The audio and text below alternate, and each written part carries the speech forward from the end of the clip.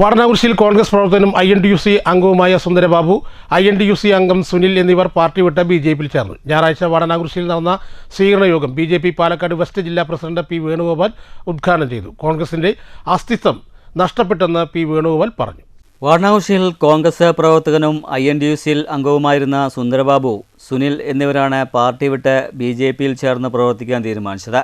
ഞായറാഴ്ച വാടനാകുരിശിയിൽ സംഘടിപ്പിച്ച സ്വീകരണ യോഗത്തിൽ ഇരുവരെയും ഷാളണിയിച്ച് പാർട്ടിയിലേക്ക് സ്വീകരിച്ചു. സ്വീകരണ യോഗം BJP പാലക്കാട് വെസ്റ്റ് ജില്ലാ പ്രസിഡന്റ് P. വേണുഗോപാൽ ഉദ്ഘാടനം ചെയ്തു. കോൺഗ്രസിന്റെ അസ്തിത്വം നഷ്ടപ്പെട്ടിരിക്കുന്നുവെന്ന് P. വേണുഗോപാൽ കുറ്റപ്പെടുത്തി.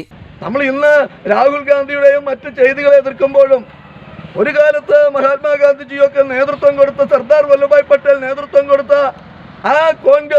ആ കോൺഗ്രസ് എത്രയോ മാറിക്കൊണ്ട് ഉദരനിമിത്തം ബഹുർദ വേഷം എന്നുള്ള പോലെ നേതാക്കന്മാർ അവരുടെ കാര്യത്തിന് താഴെത്തുള്ള നേതാക്കന്മാർ പണം പറ്റിക്കൊണ്ട് ആ പാർട്ടിയെ വഞ്ചിക്കുമ്പോൾ ഈ ആത്മാഭിമാനമുള്ള ഒരു കോൺഗ്രസ്സുകാരന് ആ കോൺഗ്രസിൽ നിൽക്കാൻ പറ്റില്ല എന്നുള്ളതിന്റെ ഏറ്റവും അടുത്ത ഉദാഹരണമാണ് ഈ സുന്ദരബാബുവും സുനിലും ഇന്ന് ഈ പാർട്ടിയിലേക്ക് വന്നത്.